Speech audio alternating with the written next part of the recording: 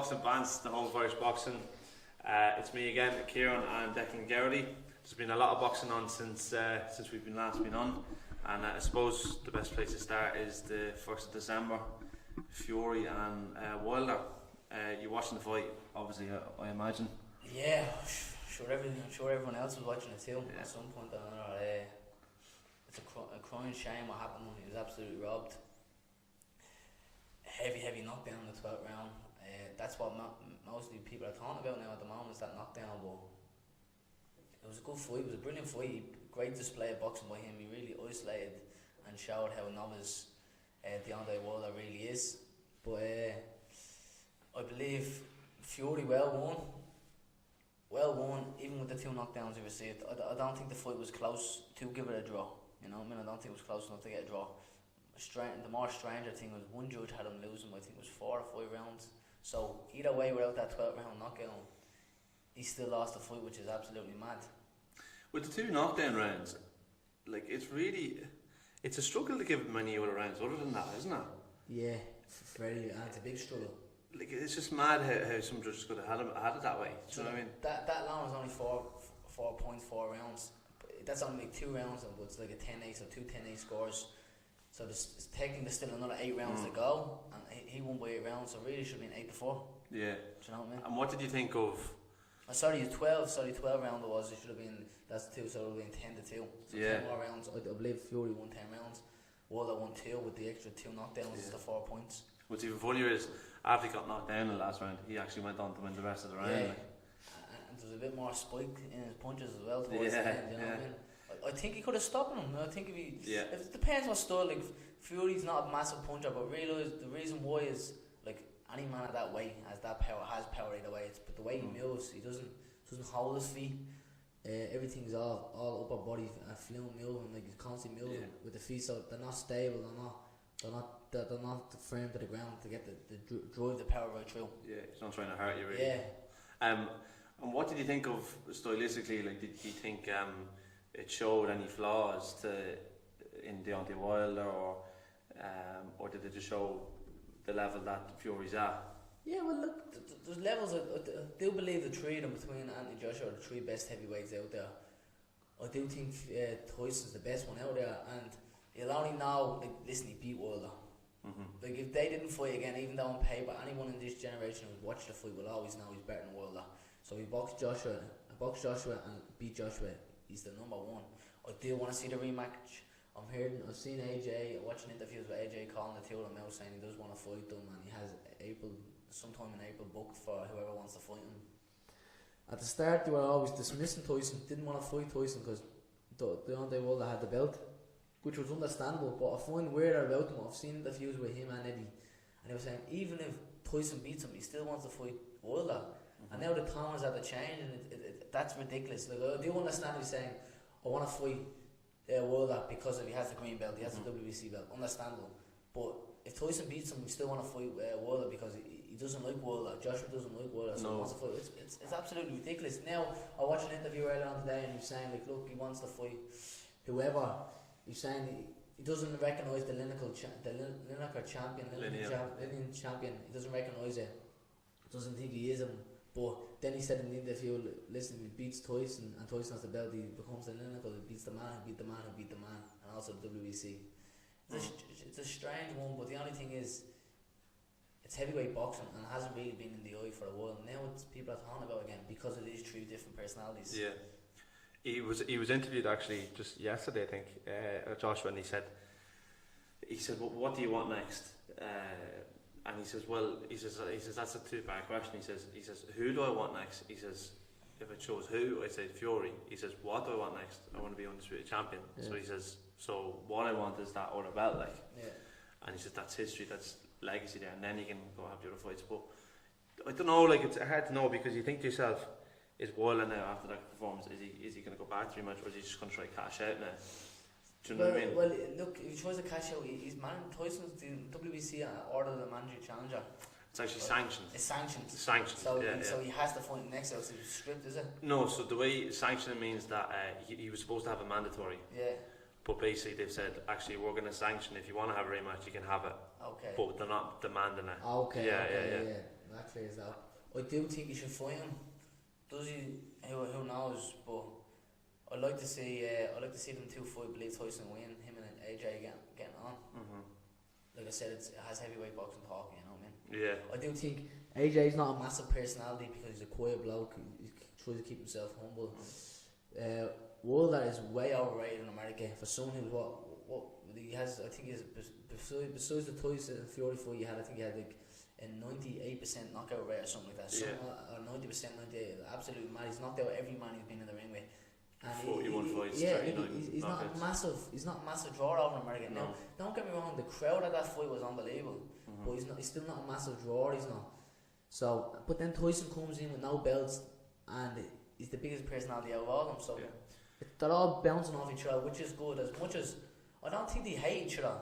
No. But there is good rivalry there, and I do believe it brings the best out of them. Yeah, it's funny because I think they were saying that people have this whole thing of that, like Joshua doesn't want to fight and Wilder does and stuff like that, but I think there's a lot more things to be moved around between them. Like apparently Tyson just took the fight straight up and he got paid $3 million flat, and then obviously pay-per-view on top of that, but basically he took the flat fee $3 million, whereas if it's between Joshua and Wilder it's a lot different. Of course, like, more, you know what I mean? more in depth now in relation to terms and the whole lot.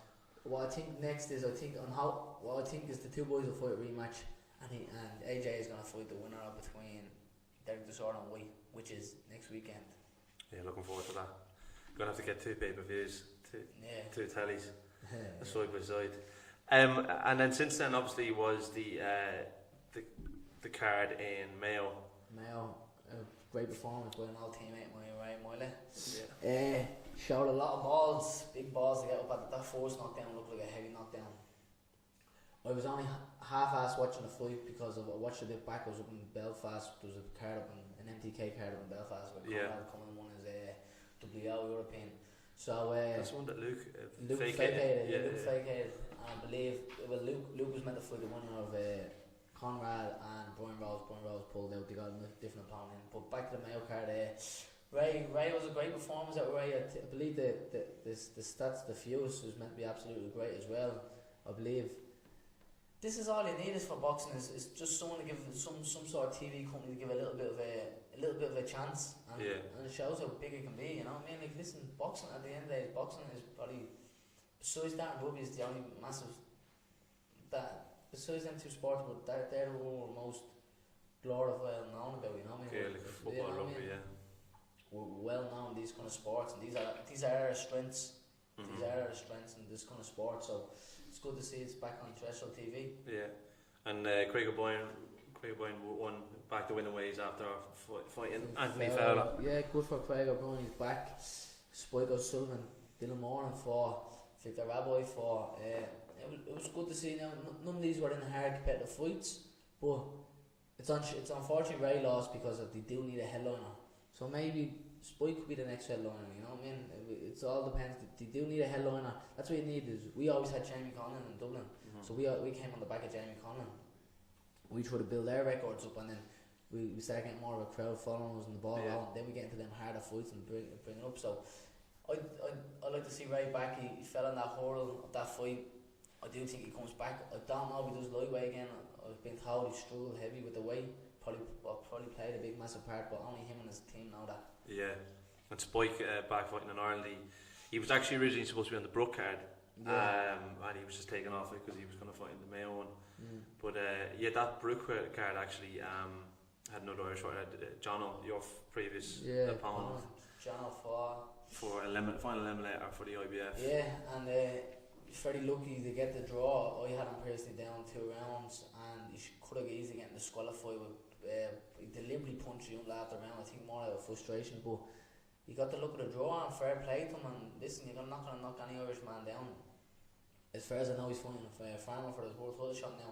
I think Farmer beats him, but Jono has big balls and big heart and a great engine. So look, I wish him all the best. I hope he wins. I really do hope he wins. Do I think he wins? I had to put my money in it now, but bigger things have shocked me. Yeah, apparently, financially now it's seriously changed his negotiations. Yeah, as far as I know, I've heard that he's basically taking what he's given now if he wants to fight. Yeah, well, listen, he's getting a chance to fight for this world title, so you can't blame him.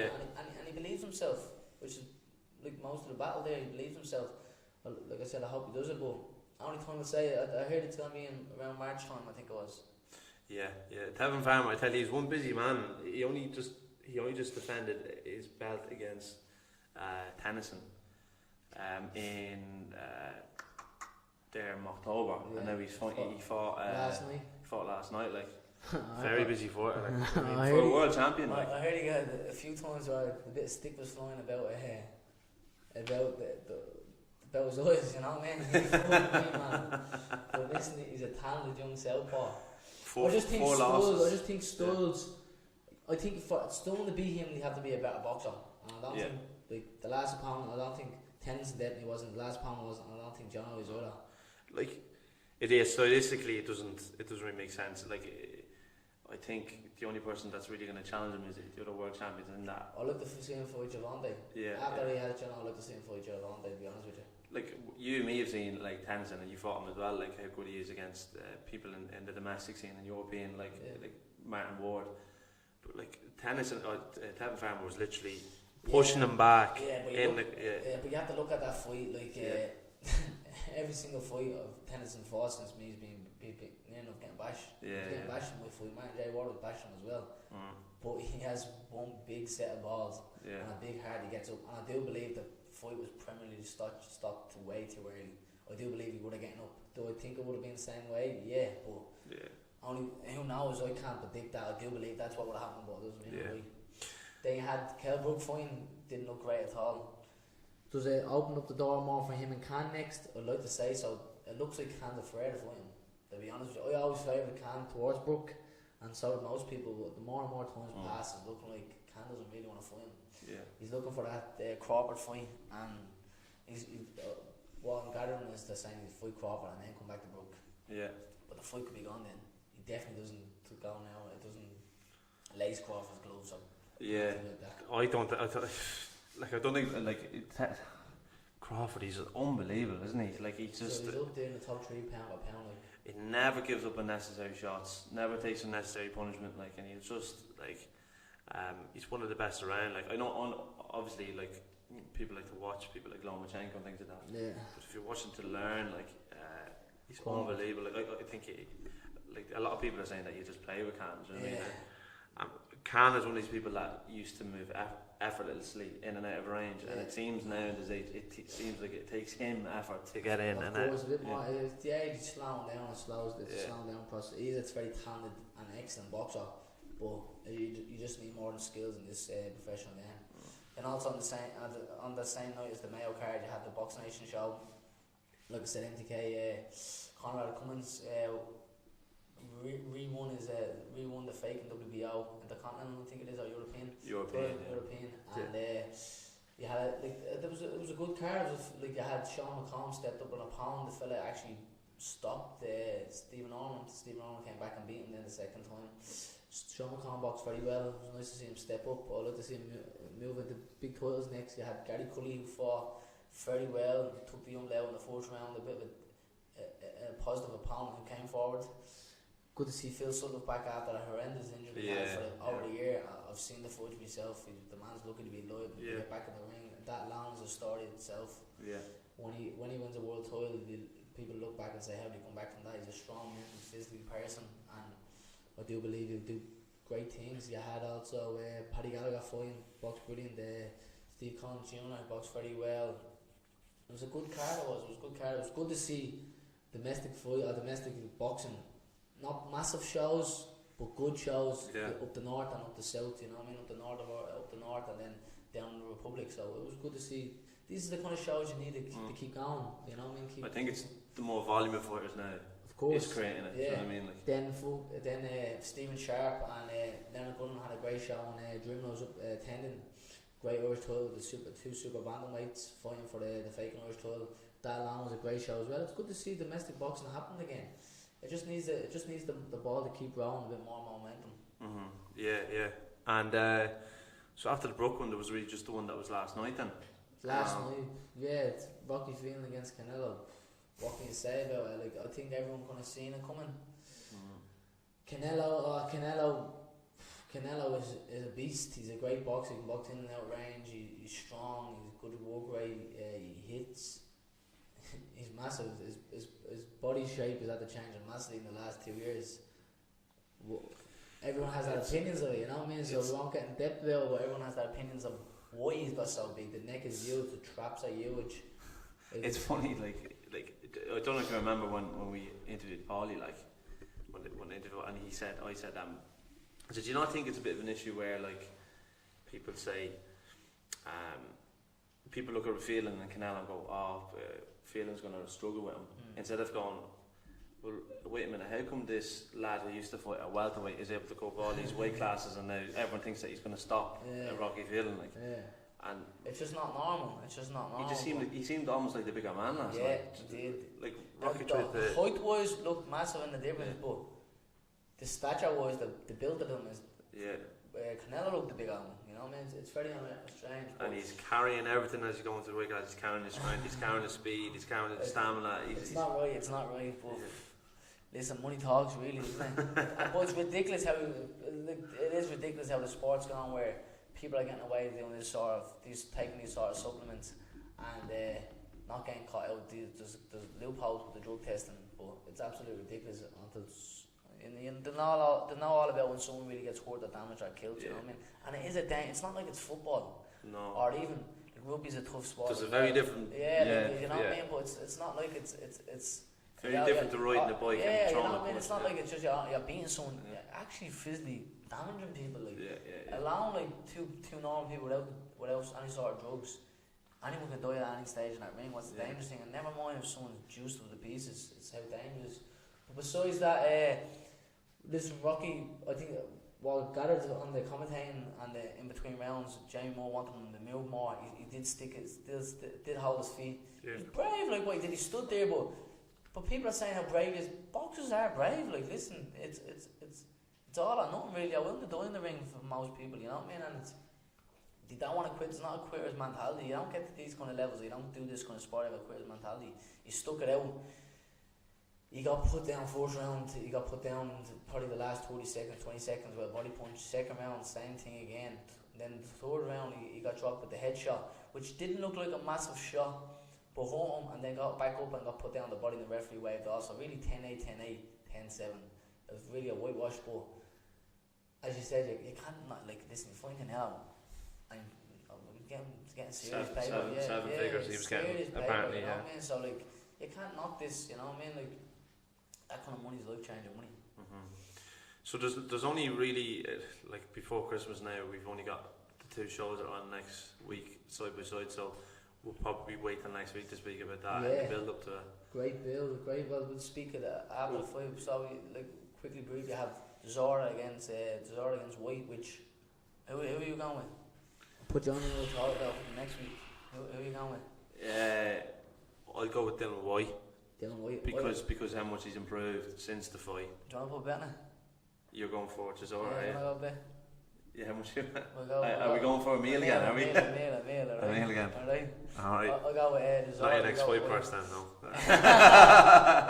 You can take that, not be much. Well, you see, like Chisora's obviously a very good boxer, but and he's made massive improvements, isn't he? Joining with David Hay and stuff. It's hard to know what's going to come out of it. Do you know what I mean? Whereas if I'm going. Dylan, the people that he's fought in the last year, do you know what I mean? Yeah, listen, it's a good 50 or 55, 55, 45 fight, you know what I mean? It's a good fight. I haven't really heard much of the undercard, to be honest with you. There's a few. Is there any good 50 fights? Oh, sorry, Charlie Edwards fighting for a world title. Yeah. Which the face fighting, the fellow. Rosales, Paddy Barnes. But, taking consideration, studs make fights. Paddy stands there in the pocket and he's aggressive and he wears his heart in his sleeve.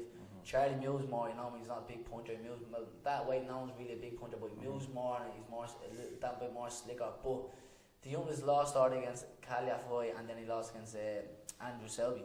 So it's not like this fella is unbeatable. So that's the only really 50-50 fight of a hard fight on the card. Anyone else, you know? Very big for the weight.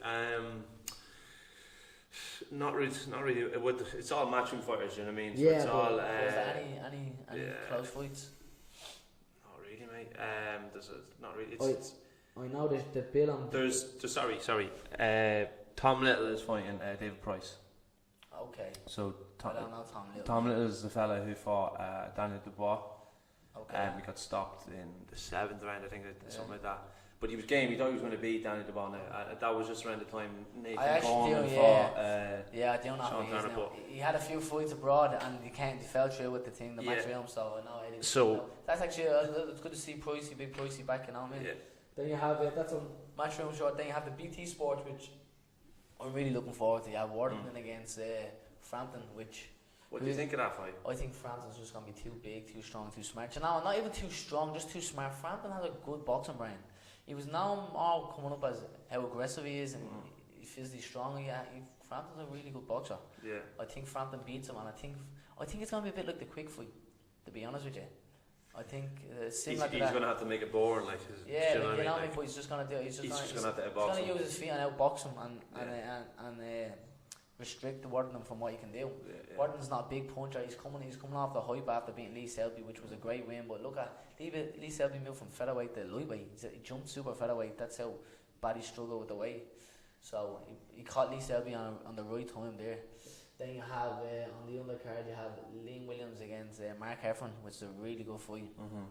It was had to go with anyone to go with Mark Heffron with Liam Williams coming up, which is that's the only reason. But that's a really good 50-50 fight. Yeah, it's good to see Paddy Barnes back.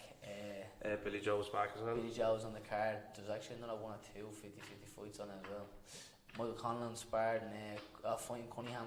I was actually over sparred Mick 2 weeks ago, helping him out with the preparation for that fight. It's great gym that, isn't it? Yeah, over in Adam Boots. Mick's looking well. I was expecting Mick to well beat this young lad. I think he's fought for the Commonwealth or something like that down the lines, but I think he has 2 losses or something around that. This Cunningham fella. Is he still with Top Rank? Mick, he's still with Top Rank. Yeah, he is. Yeah, I was thinking so. Yeah. Has once a year. He's in once a year or something like that. Right, I thought once a year he could fight at home. I think that was the original contract, but I think he's just walking both sides of the ponds. You know what I mean? Yeah, walking both sides of the ponds. But listen, it's a really good card. The only thing with the pay-per-view fight sometimes, like with the matchroom, is that like the 2 boxers are getting the most of the purse, so the 8 sides get most of the purse. So the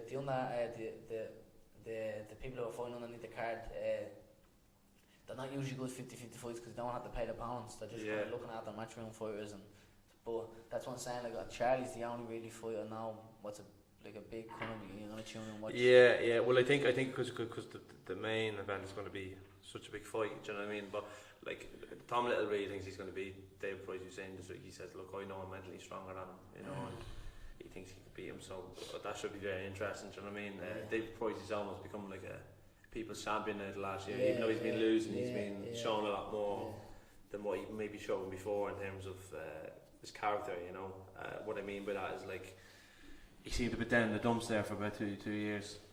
Really affected him. But we forgot to speak about Katie Taylor as well. Katie Taylor, yeah, of all people, Katie Taylor, what a performance! Probably she was so aggressive, it was unbelievable. She's pound for pound the best. As in that, I only tweeted today. She's pound for pound the best woman athlete, boxer was. She was pound for pound the best Irish amateur boxer, and I believe by the end of the year, I think she's pound for pound now. By the end of the year, she will definitely be crowned pound for pound. You know what I mean? If she fights the other Serrano sister. I think she's fighting now for her 7th weight title. Listen, the woman's on a different level. She's on a different level. Like the times you get in the ring, I've sparred her previously. Sparred now, you do not think of the female. No. No. Do not think of this lightly. You always say, if you take this one bit lightly, you're gonna hammer them. There's times you're taking a hammer when you're not taking it lightly. That's how good she is. So it's great to see her. I just really hope to see a fight in Ireland or Dublin with Matchroom card because of it. You know what I mean? I think obviously Eddie Hearn was looking to build Natasha Jonas, and that obviously she's lost. Now it's kind of looking for a dance partner. But we'll see. I think like he said there today. He said I'd love it for it to be someone like Holly Holm or something like that. But Holly Holm said she doesn't want to go back to boxing anymore. Like Cliff, Celia Brackus, she's at the moment ranked pound for pound number 1 in the world. She's undisputed welterweight champion, and she said she wants to fight her but that's a bit of a jump. And then, do you think she's? You know, when you look at Clarissa Shields as well, like, would you put her ahead of all them? Clarissa Shields. Yeah, I'd put her ahead of all of them, and at the same time, I'll just tell, like, what she a year and a half pro, I think now. Yeah. Do you know what I mean? Yeah. Listen, by the end of next year, she'll be crowned. She'll have a crown where really she deserves. Yeah. So on that note, we'll leave it up with Katie. Yeah, that's it.